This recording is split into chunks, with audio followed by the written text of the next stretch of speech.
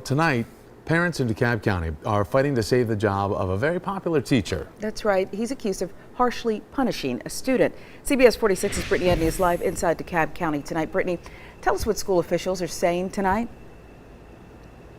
Well, they're staying pretty quiet on this whole thing, I have to tell you. They're not saying much at this point, only that they are investigating. But hundreds of residents, I'm talking educators, parents, former students, some going back decades, well, they're all coming to this one man's defense. In fact, so many people came out tonight to speak during the public comment section of this school board meeting right prior to it, that some people actually had to watch it in an overflow room. They say they want the 39-year education veteran, that's James O'Donnell, to be given the fair treatment he deserves, starting with the benefit of the doubt and making sure all witnesses are interviewed before a decision is made about his future.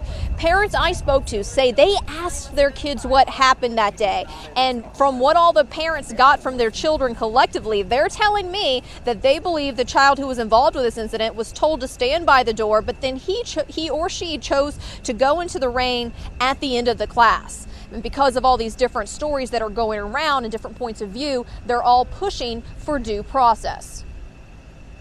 I knew the superintendent and board at that time supported me. I knew there were parents that made allegations and complaints against me while educating their children, but my principal, area superintendent knew my record and supported me accordingly. I hope the same can be said of this administration with regard to the coach, the mentor, the father-like figure at Henderson Mill Elementary School.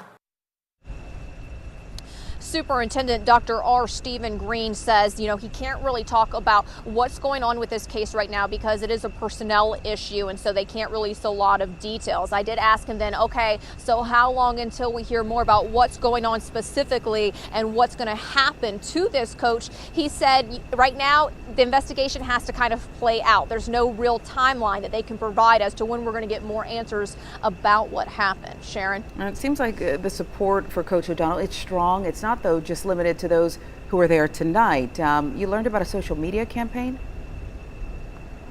Well, not just one, Sharon, multiple social media campaigns, including 2 Facebook groups that I was able to check out through some of the participants here tonight. And they, in total, add up to about 1,000 people. And in it, these groups are not only discussing his character, but also the impact that he has had on their lives long term. But again, we're just going to have to wait and see what happens with this investigation as to the coach's future. Sharon? Brittany.